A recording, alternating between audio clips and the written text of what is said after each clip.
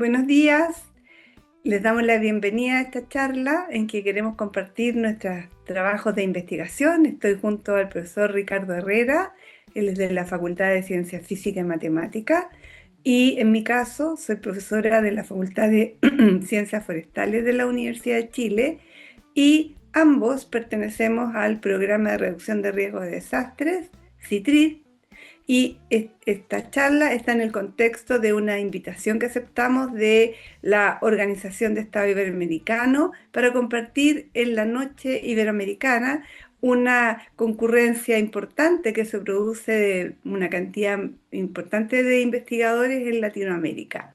Así que sin más preámbulos, los invito a que veamos la presentación que hemos preparado para ustedes. Ya les anuncié que el trabajo que vamos a compartir es el fortalecimiento y adaptación de las viviendas al cambio climático.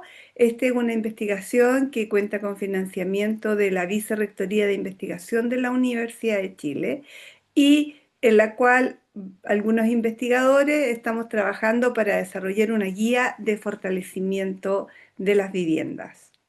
Bueno, ¿qué queremos hacer? ¿Qué estamos buscando? Es hacer que la población se interese en conocer las amenazas del lugar que habita y se organice. Implementar una combinación de medidas de adaptación y trabajar en prevención, preparando las viviendas y su entorno.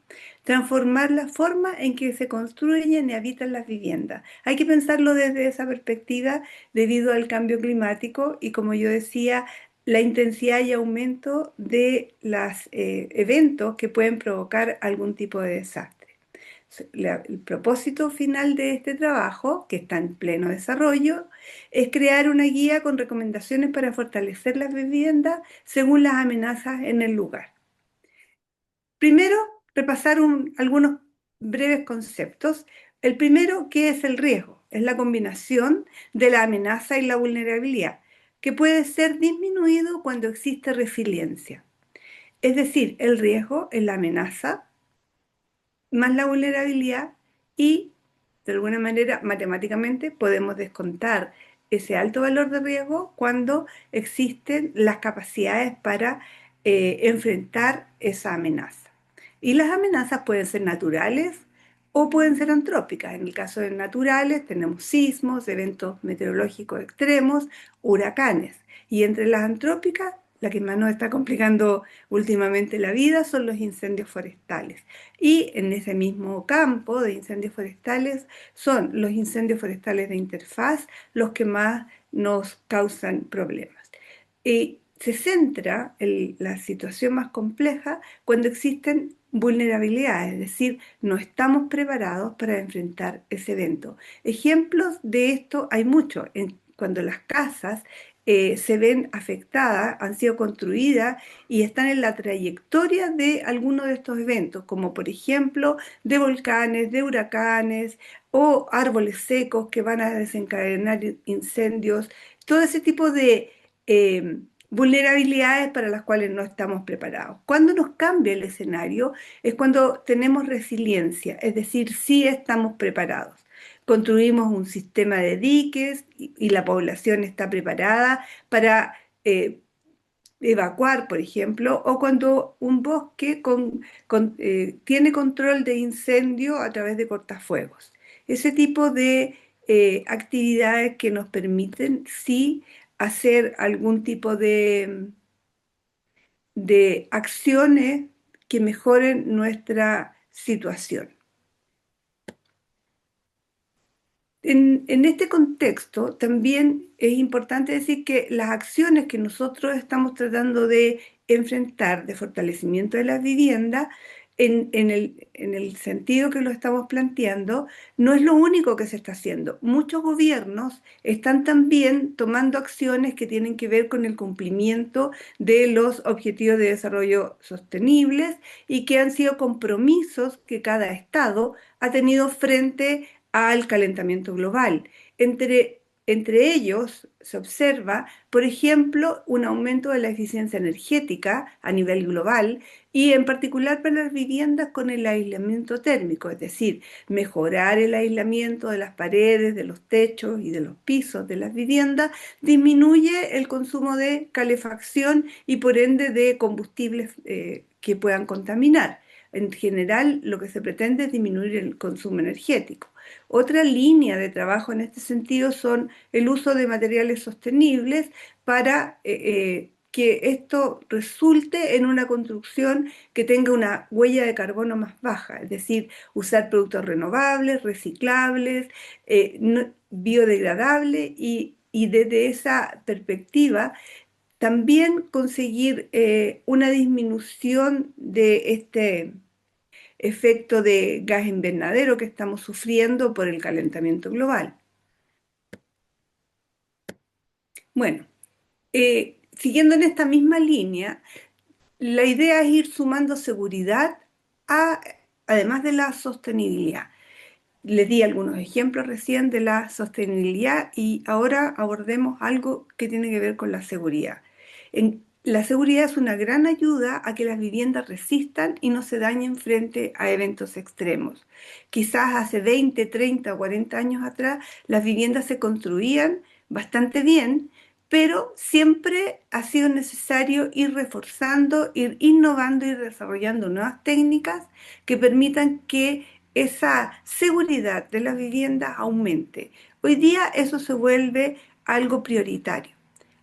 Primer ejemplo, en los incendios forestales de interfaz, mejorar la resistencia al fuego de las estructuras y en caso extremo relocalizar hacia zonas de menor vulnerabilidad.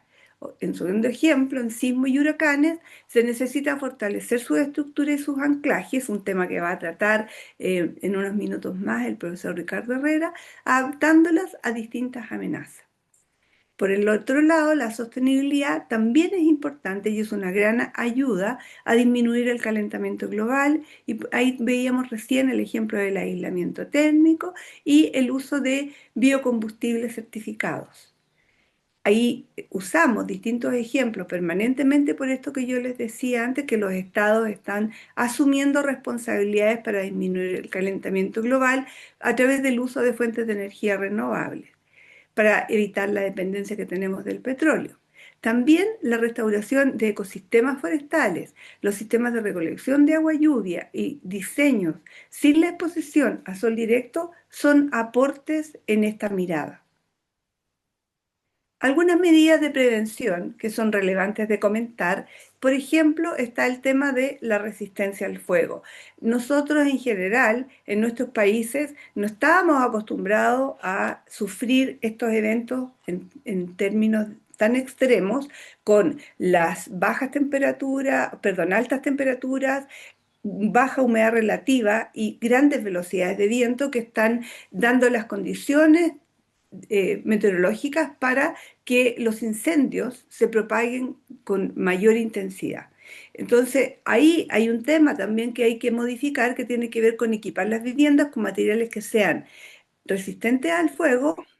En este sentido, hoy, al menos en nuestro país y de la revisión que llevamos en otros países iberoamericanos, no hay en realidad todavía medidas desde el punto de vista normativo, es decir, obligación de modificar la estructura de una vivienda debido a que se encuentra emplazada en una zona de alto riesgo de incendio forestal. Otros países, por poner algunos ejemplos, Australia, Canadá y en Estados Unidos, California, otros países han estado implementando normativa que es de carácter obligatoria.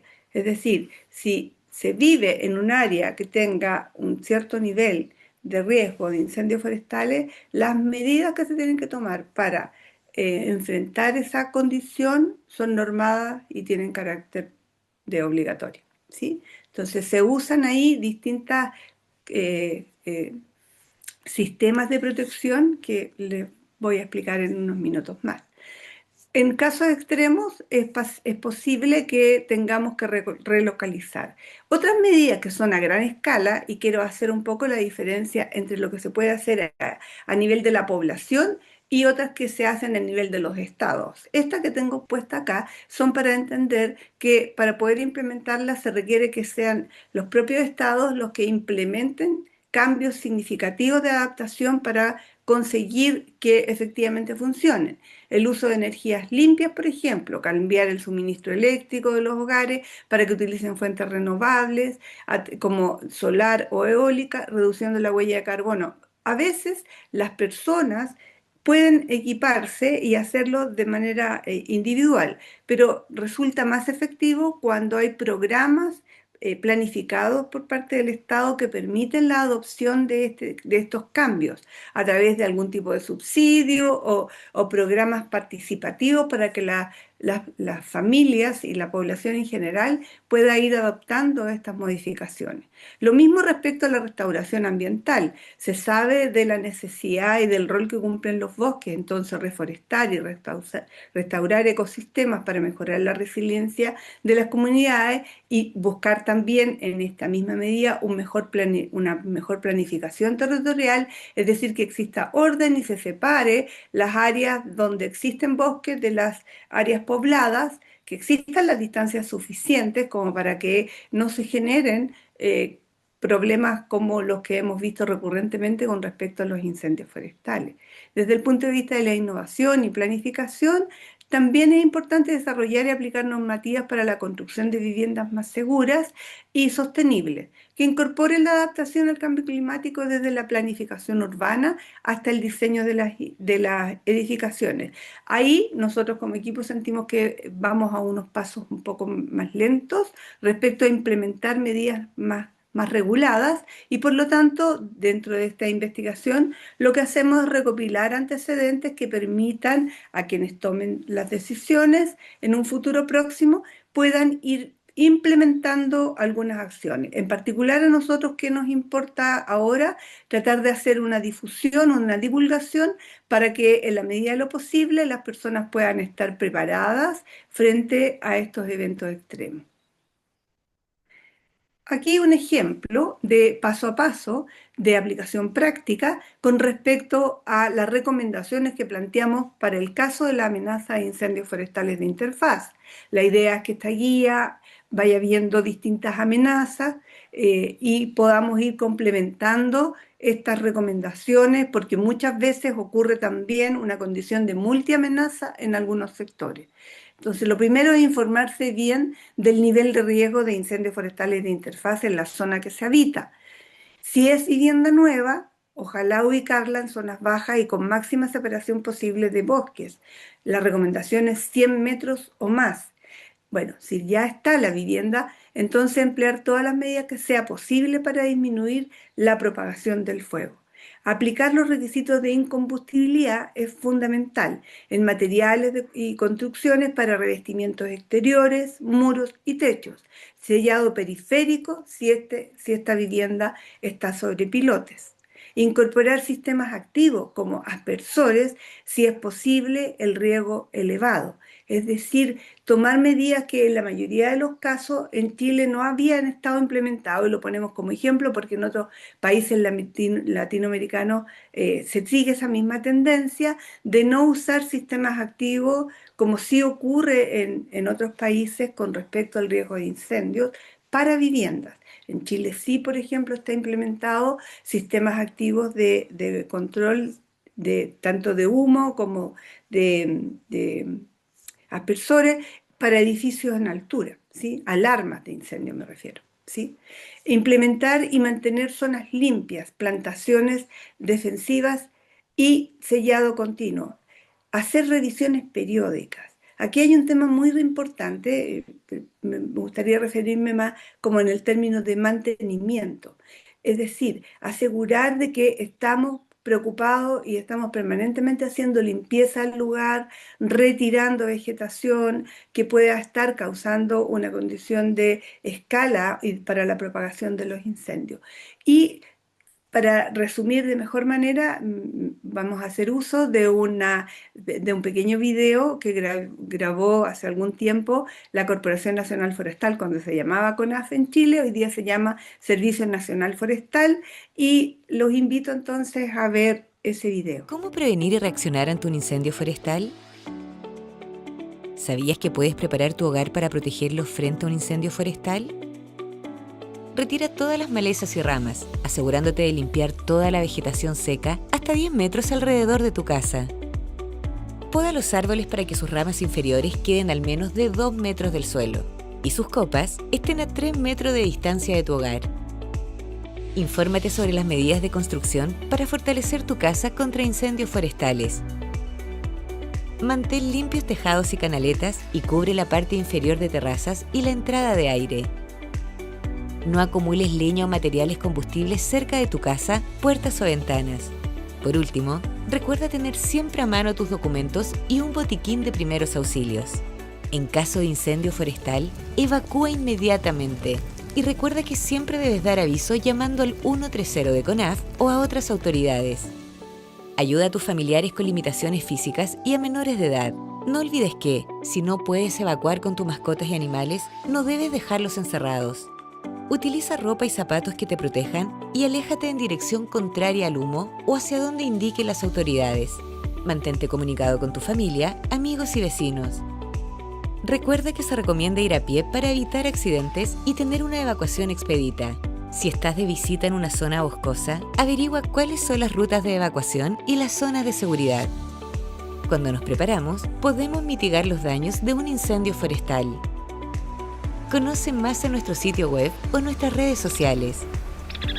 Recuerda, una actitud preventiva es una actitud forestal. CONAF, Ministerio de Agricultura, Gobierno de Chile.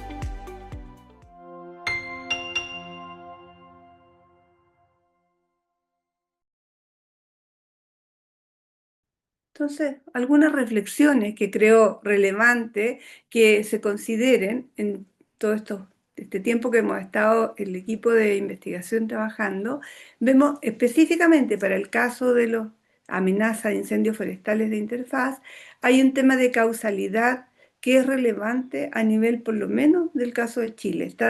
Está ya diagnosticado que estamos frente a un 97% de causa antrópica en relación a los incendios forestales. ¿Por qué están pasando ahora y no ocurría de la misma manera antes? Porque, bueno, hoy día la población se ha acercado peligrosamente a áreas boscosas.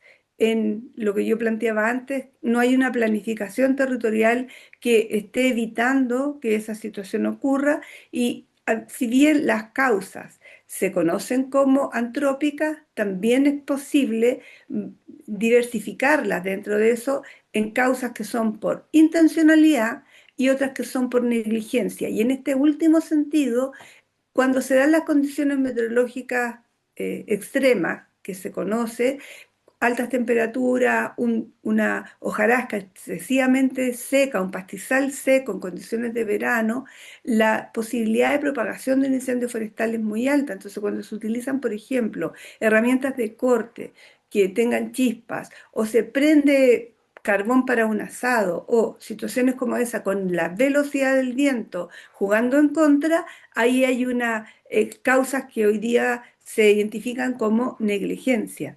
Entonces, ¿es posible actuar frente a este problema? Sí, es posible porque hay que extremar las medidas de seguridad para evitar esto.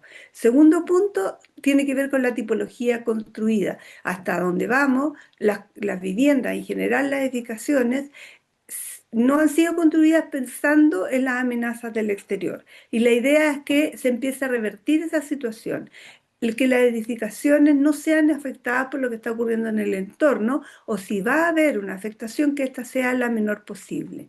En el caso de los incendios forestales, de lo que se trata fundamentalmente es de disminuir la carga de combustible. La vegetal, es decir, la que está alrededor de la vivienda en árboles o arbustos, y también de la no vegetal, que se refiere en estricto rigor a la estructura misma, es decir, toda la carga que aporta, por ejemplo, una vivienda que está construida íntegramente en madera. ¿De qué se trata? No es que no se pueda usar la madera, sino que la madera debe quedar hacia el interior de la estructura y hacia afuera hay que revestirla con materiales más incombustibles. En esto también hay que hacer hincapié respecto al mantenimiento, es decir, el orden, como se veía en el video, limpieza sistemática, uso de dispositivos de extinción de incendios a baja altura, es decir, antes que el incendio se propague más. Hay que hacer un mejoramiento continuo de la estructura de las viviendas. Esto puede ser de alto costo en ciertos casos si pretendemos hacer grandes cambios, pero se pueden ir haciendo adaptaciones paulatinas, sacando techos, por ejemplo, de policarbonato, techos de plancha, techos plásticos en general, que solemos utilizar en las terrazas, o en quinchos que tienen algún tipo de fibra natural, como totora, coligüe o especies como esa, que van a ser de todas maneras los propagadores del incendio. Todo lo que tenga que ver con los tratamientos preventivos van a aportar mientras logramos ir implementando una estructura más resistente frente a esta y otras amenazas. ¿Qué se espera que pase a futuro? Que la normativa vigente y su cumplimiento se vaya adaptando a estos nuevos problemas. Estos principales problemas se asocian, ¿cierto?, a la modificación también informal de las viviendas. Es decir, sabemos que en la mayoría de nuestros países se encuentran emplazadas viviendas en condiciones que no son las más adecuadas. En Chile, particularmente, hemos estado trabajando también en un tema que es significativo, que son los asentamientos informales que se ubican en distintos lugares, muchas de ellas ubicadas en territorios en donde existen importantes amenazas, amenazas de incendios forestales. Alrededor de un 60% de los asentamientos informales que están en Chile hoy día están expuestos a incendios forestales de interfaz. Otros tantos están expuestos a amenazas que tienen que ver con inundaciones, aluviones, obviamente que los sismos, porque es una amenaza recurrente en nuestro país. Viviendas ubicadas en laderas de cerros, cercanías de ríos, en quebradas, así como la falta de actualización de la normativa vigente en este sentido. Es decir, nosotros en Chile tenemos normativas bastante rigurosas, les va a comentar seguramente el profesor Herrera respecto a lo que pasa con respecto a los sismos, pero también tenemos que avanzar hacia sumarnos a las iniciativas que se están teniendo en otros países, como por ejemplo normativas de NFPA, que son vinculantes en el caso de Estados Unidos, que por ejemplo la norma 1144 y en el caso de Australia la norma 3959, que abordan la problemática en el contexto de ocurrencia de incendios forestales de interfaz. En el caso de Chile, tengo que también manifestar que estamos bastante bien preparados en términos de contar con un organismo que hoy día es el Servicio Nacional Forestal, que se encarga del trabajo de prevención y también el trabajo de combate frente a incendios forestales. Este organismo dispone, por ejemplo, de mapas de riesgo para ya tener claridad respecto a las zonas, las áreas del territorio que están más propensas a sufrir estos incendios forestales de interfaz.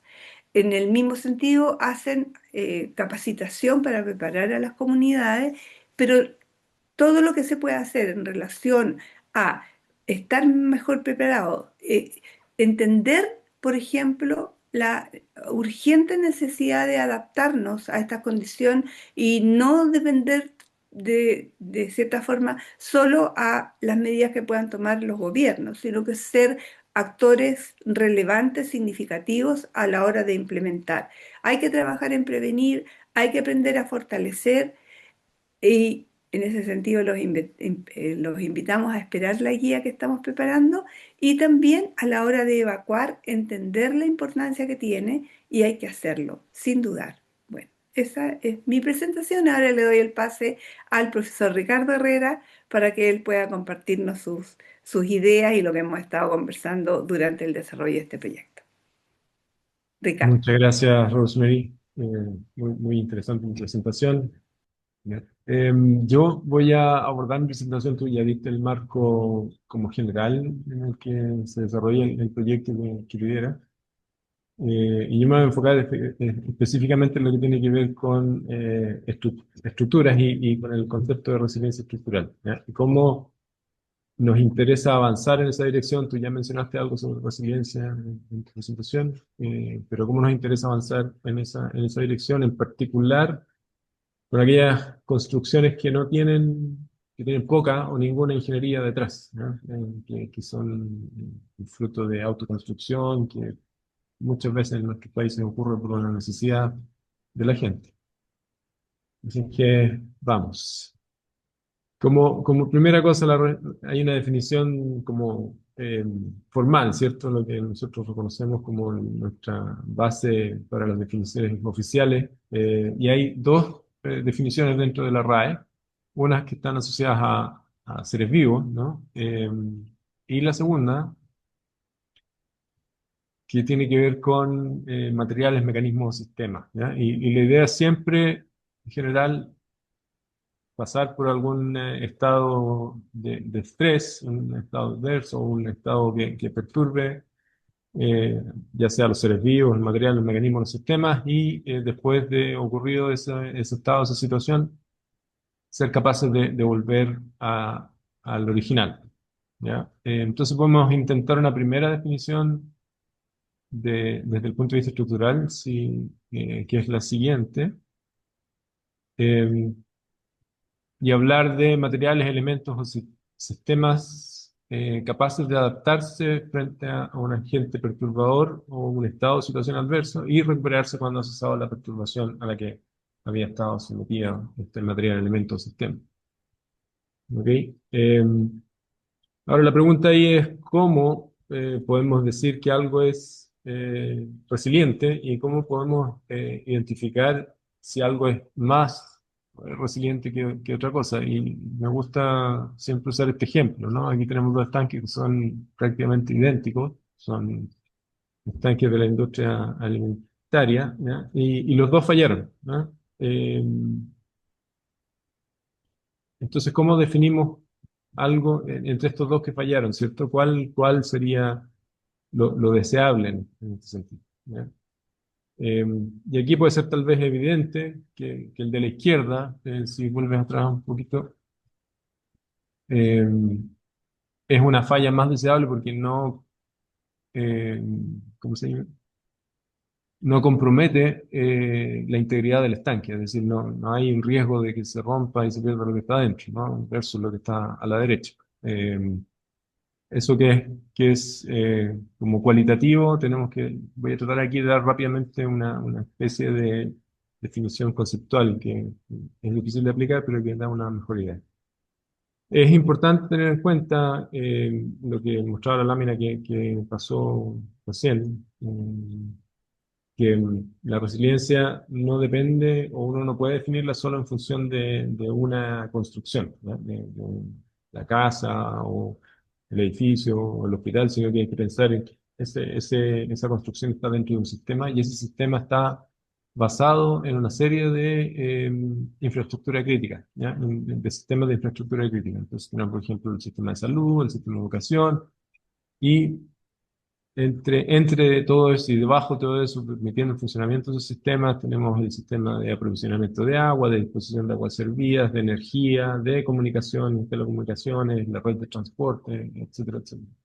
Y estos eventos, sean generados por la naturaleza o de origen antrópico, como mencionaba la profesora Rosemary, pueden causar disrupciones no solo en la unidad que vamos a mirar de habitación, sino que también en estos sistemas. Y no logramos nada si nuestra unidad resiste bien estos eventos, si todo lo que se necesita para que esa unidad cumpla su función se ve afectado por estos sistemas, por estos eventos. Sigamos.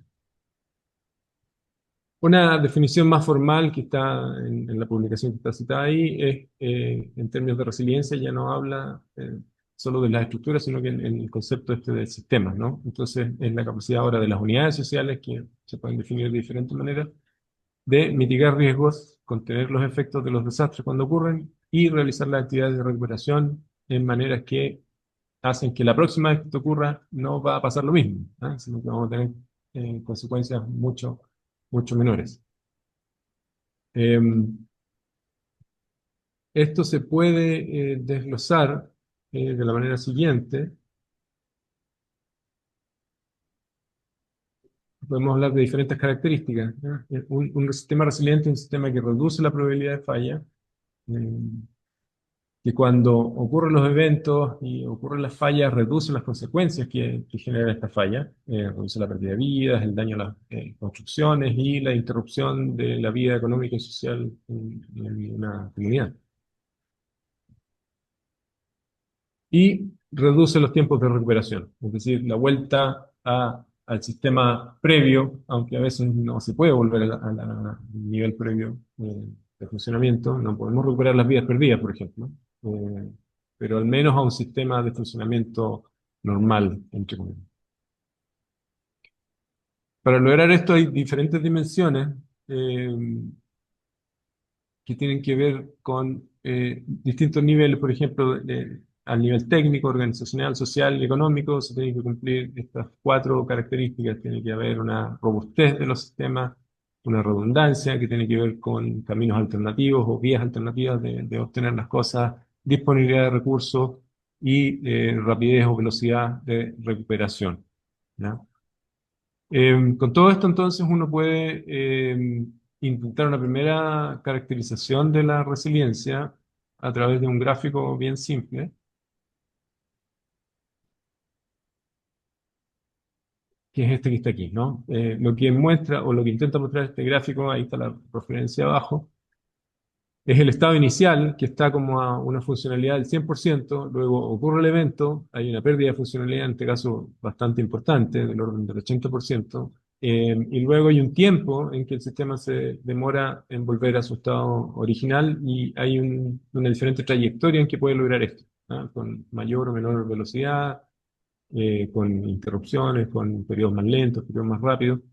Y uno podría caracterizar esta resiliencia como toda esa área que queda debajo de esa curva, ¿ya? Entonces, en la medida que un sistema sea más resiliente, uno tendría una recuperación más rápida y por lo tanto esa área sería más grande. Y si tenemos un sistema que es menos resiliente, entonces esa área disminuye bastante, la recuperación es más lenta, en mayor tiempo, y ahí podríamos tener cualitativamente una cuantificación de lo que es un sistema más o menos resiliente. Podemos representar con esto mismo los diferentes aspectos de la resiliencia. Por ejemplo, aquí tenemos a la izquierda, esto de una presentación que hizo el profesor Pablo Gardoni en un seminario organizado por CITRI del año 2019.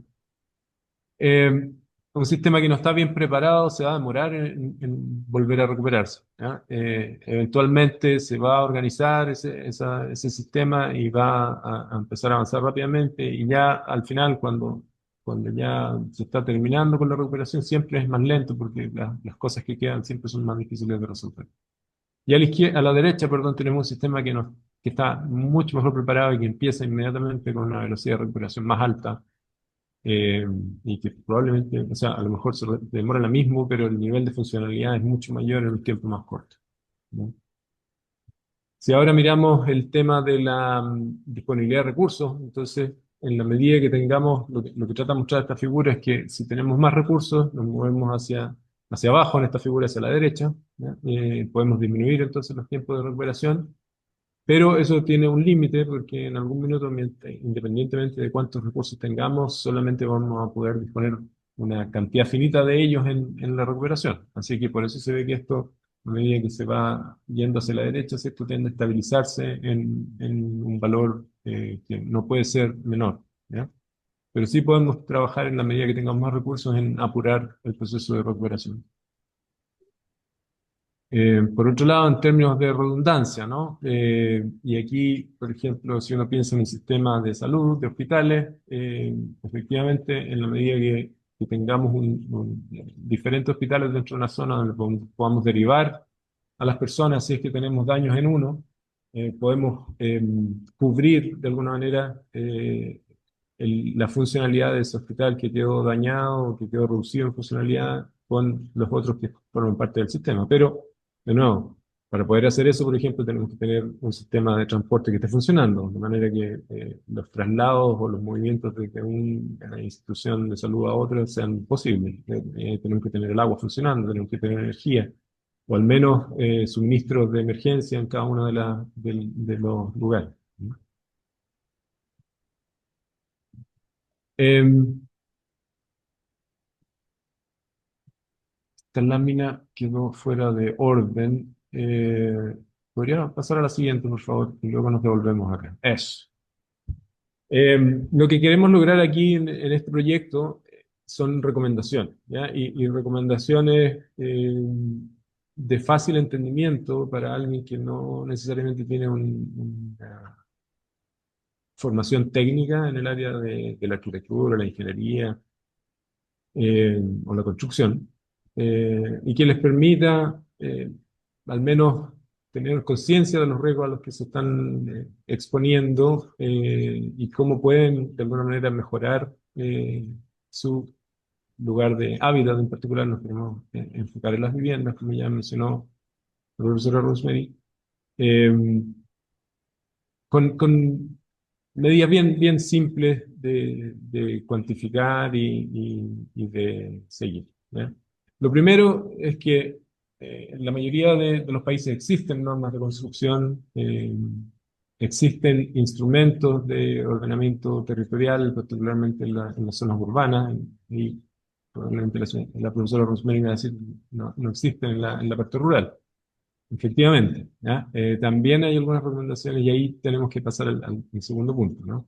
Pero lo primero es tratar de siempre estar cumpliendo con la normativa y estar conscientes de qué significa estar cumpliendo con la normativa, ¿ya? En Chile en particular, nosotros tenemos una ordenanza general de urbanismo y construcciones donde viene detallado todo lo que uno debiera hacer para construir con apego a las normas y a los reglamentos, pero además vienen recomendaciones ahí para cuando hay viviendas que no tienen ingeniería y dan recomendaciones, por ejemplo, en el caso de viviendas de albañilería, que tiene que ser albañilería confinada y dice entonces cada cuánto tienen que tener los pilares y de qué tamaño tienen que ser mínimos esos pilares, las cadenas, cuál es el largo máximo de muros entre estos elementos de borde, pilares y cadenas.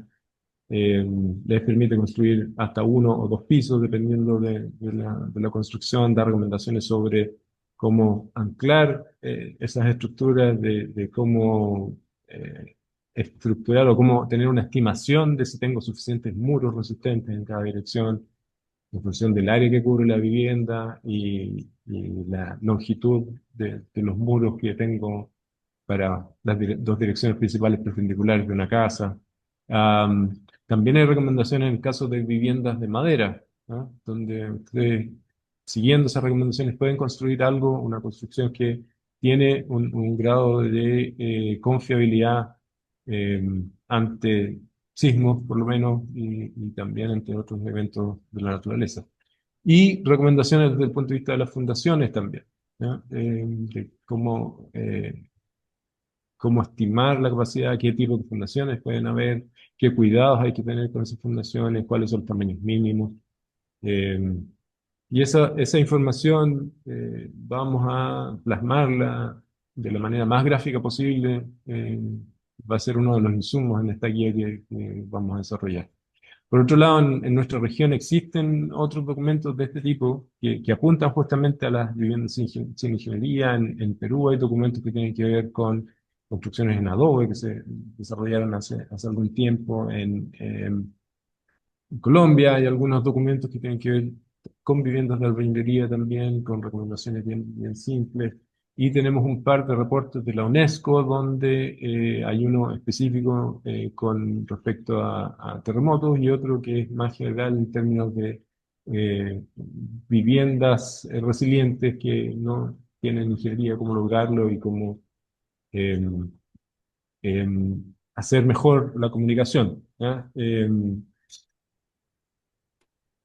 Yo creo que hace algunos años hubo un impulso bien grande en tener estos documentos, en bajar la información a la población en general, pero eso como que se perdió, ¿no? En los últimos años. Y lo que queremos es volver a impulsar este tipo de esfuerzos para poder incrementar la seguridad de la gente que no necesariamente tiene acceso a pagar por un diseño estructural, un estudio de suelo, eh, todo lo que requiere una construcción completamente más profesional, ¿no? Ok, rápidamente, algunas cosas que hoy día, donde hay ejemplos ya en la vivienda, y que se salen un poco de lo tradicional, pero que a veces existen alternativas un poquito más alcanzables, ¿no? Pero que al menos no, han habido aplicaciones en nuestro país que podemos tomar como ejemplo, ¿ya? Existen dos tipos de tecnología para proteger la estructura, en el caso de terremotos específicamente, que estamos hablando de o aislar la estructura del suelo, que es lo que se llama aislación de base, o bien hacer que la estructura sea capaz de absorber la energía del terremoto sin dañarse. Y ahí tenemos los dispositivos de disipación de energía adicional.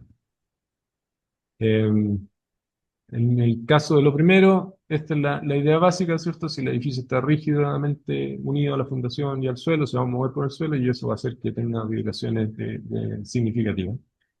Si nosotros logramos separar el edificio del suelo, básicamente vamos a tener que las deformaciones y las vibraciones en el edificio se van a ver bastante disminuidas, y concentramos la mayor parte de la deformación en este sistema de protección que está en la base del edificio, ¿ya?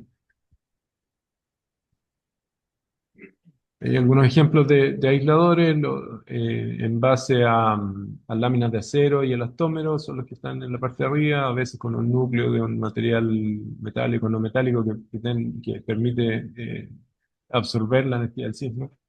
Y los que están abajo son lo que se llaman péndulos, a veces montados sobre un elemento elastomérico o sobre elementos de acero también, que tienen el mismo efecto de no solo aislar el edificio o la casa del suelo, sino que además, una vez que pasa el evento, lo devuelven a su posición original. Aquí tenemos un ejemplo, el primer ejemplo que en Chile, que es la Comunidad de Andalucía, que fue un prototipo que se construyó en una colaboración entre el Ministerio de la Vivienda, la universidad, eh, y los vecinos que estaban ahí. Son dos edificios gemelos, uno que está convencional, con fundaciones convencionales, y el otro que está montado sobre un sistema de aislación de base con ese tipo de dispositivos en la base, ¿ya? Y ya por años hemos tenido mediciones del desempeño de estos edificios, y que pueden mostrar los beneficios de tener estos sistemas. Y ya para ir terminando, cuando hablamos del sistema de disipación de energía, estamos hablando de estos dispositivos que se meten dentro de la construcción para concentrar el daño, básicamente, para disminuir el daño sobre el resto del sistema, ¿ya? Y eso puede ser a través de un fluido viscoso, por ejemplo, como similar a los amortiguadores del auto, ¿no? Que tienen la función de disminuir las vibraciones después de un tiempo. O con dispositivos que funcionan en base a fricción, que disipan o que absorben energía y la disipan a través de calor, o de deformación de elementos metálicos, eh, que también tienen esa función de disipar la energía. Y el ejemplo que tenemos, uno de los ejemplos que tenemos aquí en Chile, es el viaducto Molanas, a aproximadamente 300 kilómetros, algo más de 300 kilómetros al norte de Santiago, que tiene estos elementos que son como los amortiguadores del auto en un extremo, ¿ah? Y que cuando viene el terremoto, por un lado tiene los aisladores elastoméricos que aíslan el movimiento de la parte por donde circulan los autos, y se reducen las vibraciones con estos dispositivos viscoelásticos en los extremos.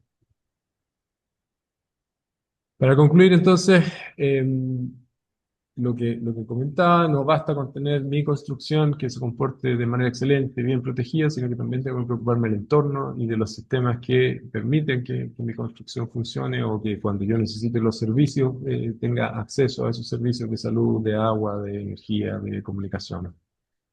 Em, Tenemos límites técnico-económicos, como dice ahí, para, ya pensando en una estructura para lograr una construcción que sea resiliente con métodos convencionales, en particular cuando vamos aumentando la altura de esas construcciones.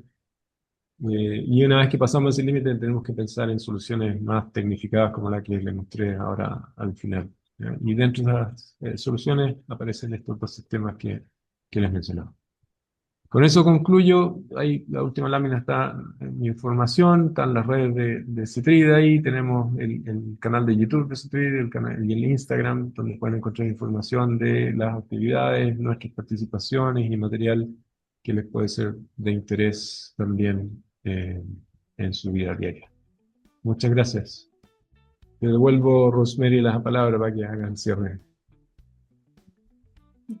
Ok, muchas gracias, Ricardo. Muy interesante. A veces, en algunos momentos, parecía quizá un poco más difícil para los que no somos tan entendidos en ingeniería estructural, pero yo creo que tú tuviste la bondad de explicarlo en palabras muy sencillas, así que eso se agradece. Y la idea es precisamente eso, acercar la academia hacia la sociedad, porque a veces sí pecamos de que hablamos en términos que son poco entendibles para las personas y yo creo que eso hace que de repente no se adapten medidas porque no se entienden.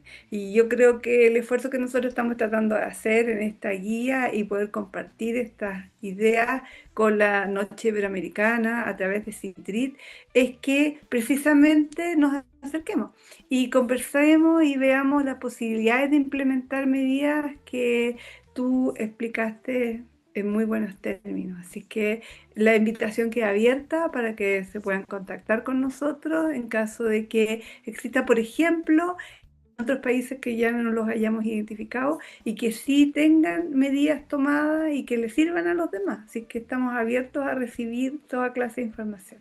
Dejamos hasta acá entonces, les agradecemos mucho y nos mantenemos trabajando para lograr este propósito.